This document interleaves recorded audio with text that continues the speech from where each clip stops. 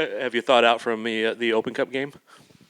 Yeah, that was not good. That was tough weather. Had a full week of training though. How much is that still building? How is that building towards? Yeah, that something I commented on yesterday. It was good to get another week in with the guys, and it was productive in a lot of ways. And so we got another game to try to keep getting better from, which is always it's always the progression over the week. And then you might actually have a game that's not have a big weather influence to it. Let's hope not. Let's not speak too early, but let's hope not. LA has kind of been a little bit up and down this year. Just what can you expect from them? What do you see? I think they're still LA. They're always really, really good going forward. Find ways to get numbers in the box. A very hungry team going forward, meaning that that's why you get numbers in the box, because guys are aggressive. So they're intense in and around the box, which always makes for a difficult challenge defensively. And then when you're on the attack, not only are they organized, they're also very good individually defending. So it's always a tough team to play, and I think they also have a very deep team as well. The comeback. I'm just curious, how much have you seen the maybe a hangover from that into the way players have trained and carried themselves around this week? No. We the good thing was we came in the next day, Sunday. We had regen for the guys that played, and then the other guys had a session, and it was hard. And they had Monday off, so that was kind of behind us. And this week's been more of working on really, different phases of our game and different aspects to continue to keep. I always use the word evolve, because I think that's what you're constantly doing. You may have started out one way in like the first day of preseason, and then you kind of go and you keep adding layers to the team. And this week we were able to do that in a good way. So yeah, I don't see that. And the other thing too is I think games come so fast and furious, and the weeks go by so fast that you got to get on to the next one really quickly. I'm just curious that some of the guys have had made comments that the goals that you guys have conceded the last few games have come down to just some individual mistakes and moments. How do they fix those? How do those get fixed? And like what's the process for trying to fix them? So sometimes you show the goals on a collective basis. Sometimes you show them to the line, right, to a line or lines, and then sometimes you show it to individuals. And then what we do is we try to frame. Now I'm not giving you any secret ingredients, but like when you evaluate, like I'm just saying anytime. So we played Saturday night. You play that game, you evaluate it. You already have an idea of the upcoming team that you're playing. Early on in the week, really early, by Monday, we already kind of know, not necessarily starting lineup, but how we'd like to go into that game, right? What we're trying to, what we think what it's going to take us to do to break them down, if you will. And then also, what do we have to be aware of on them that maybe they could take advantage of on us, and how do we make sure that we're prepared for that?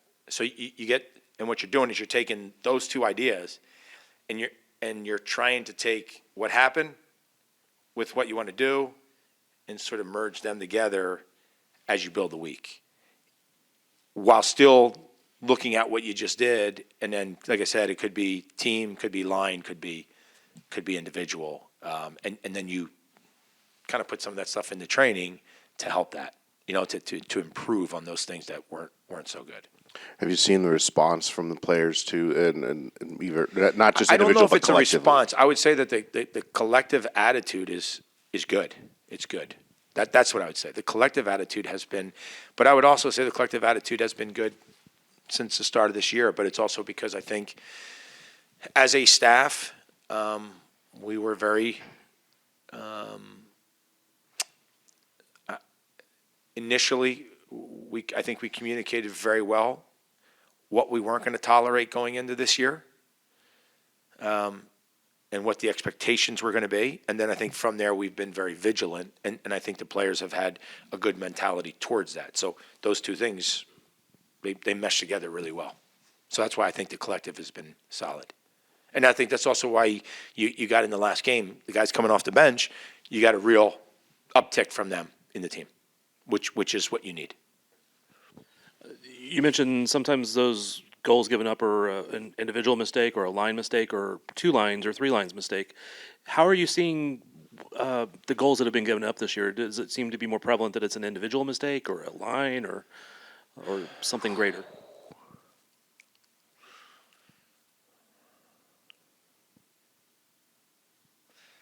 Yeah, that's a tough question for me.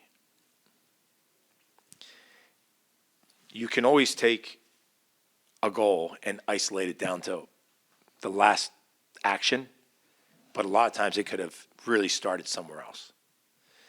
And I think there's along the way, there's a lot of lessons to be learned. And so we don't try to just focus on the final action. We try to talk about it in a lot of times in its entirety.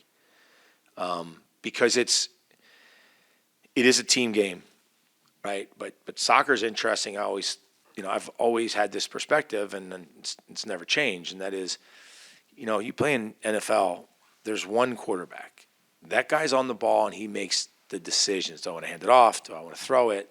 And then after I'm going to throw it, there's maybe 5 different checkdowns. I can pick which one I want to throw it to. But none of the other guys get a chance to do that. In soccer, every guy gets a chance to do that, including the goalkeeper. When you get the ball, you make a decision. You got 10 guys you can give the ball to. Or you can punt it down the field. Or you kick it out of bounds. I mean, you can do anything you want. So, like, all those decisions, and that's why in soccer, like, when you're evaluating, scouting a player, and then, or like you're evaluating your own team, what you're evaluating is decision-making in the game. Right? You can talk about all the things like technical, tactical, physical, psychological, all that, but at the end it comes down to decision-making. And that's the so the answer I would say to that is it's all the above. It's not one thing, because it leads to something. Now, don't get me wrong. There have been some individuals that have made like just direct mistakes to the goal that if they didn't do that, it wouldn't have happened. And the constant question that we are training and working towards and trying to answer is, does that individual have the ability to not do that regularly? Right, because that's one decision, but you could make another bad decision again that leads to a goal too. Because sometimes it maybe the game's too fast for you, so you're constantly trying to make that decision as you're evaluating those situations. The subs that came off the bench in the last game did make a big impact. Are any of them making the case to maybe get the start? I think that's every day. It's not just you come into the game. Sure, that's a huge help, no doubt. But it's every single day. That is the hardest thing about being a professional athlete. That's the hardest part, and that is it doesn't matter what you did last week or the last game or like it's always you got to keep performing. I mean, you look at some of the guys that were here over the years. You could ask a question like, they performed at a very high level for a long time, but there's also a lot of external reasons why. Like, first they weren't starters; they want to become starters. Then then starters want to stay. They want to own the spot for years. Then they get a chance on their national team. Well, now you can't. If you're performing poorly with your club team, you won't get picked for the national team. So you got all these other external motivators. And right now, that's why I say, like, all of those things are important. Sure, every time when you step into the game, that's your biggest. That's the biggest place where we'll make our evaluation. Like, what's your contribution to that? Because in all my time here, I think there was, I would say, there's one guy that I can really point and say he was a terrible practice player, but when he went in the games, he could turn it on. And I don't think he meant to be terrible in practice. He just always was, and I should say he just wasn't good. He just wasn't good. You'd watch him, you'd be like, "What is this?" And then the game, he'd be a totally different guy. I've only had one guy like that in my whole time. So that's why every day it's important as an athlete to, hone your skills. No.